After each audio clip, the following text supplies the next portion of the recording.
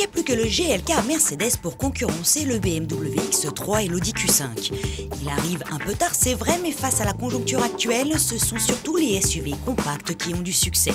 Le GLK devrait faire partie de cela déjà parce qu'il hérite de plus de 30 ans d'expérience de Mercedes en la matière.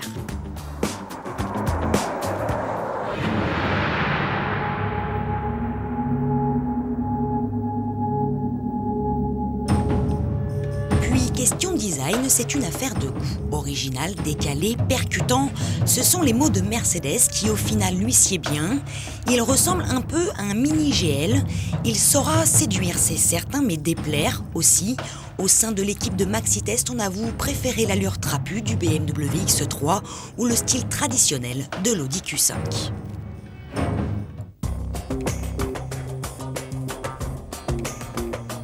En France, il s'est vendu près de 50 000 SUV ces 10 dernières années, un succès hors norme, sauf que depuis quelques temps, ces petits 4x4 sont mal vus. Pourtant, beaucoup de progrès ont été faits en termes de consommation et de pollution, et aujourd'hui, la majorité d'entre eux ne polluent pas plus que de simples monospaces.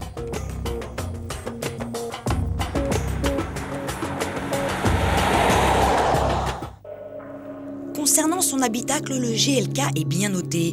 On retrouve la rigueur de Mercedes, la qualité de finition et d'assemblage est toujours sans reproche. La planche de bord n'a rien d'original, mais son ergonomie est sans faille. Enfin, les places arrière sont accueillantes.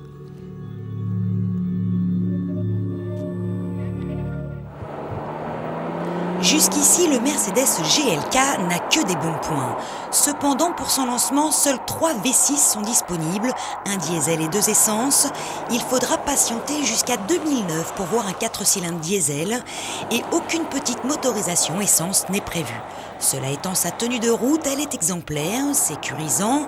Malgré une légère prise de roulis, son système 4MATIC est efficace. Le tout accouplé à la boîte de vitesse 7 G-tronic, le GLK se montre aussi très confortable et très bien insonorisé.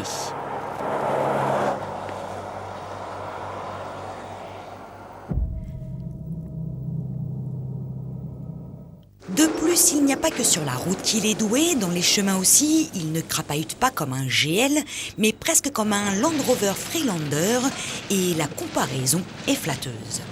Vendu à partir de 45 900 € en France, il se place bien par rapport à ses concurrents directs.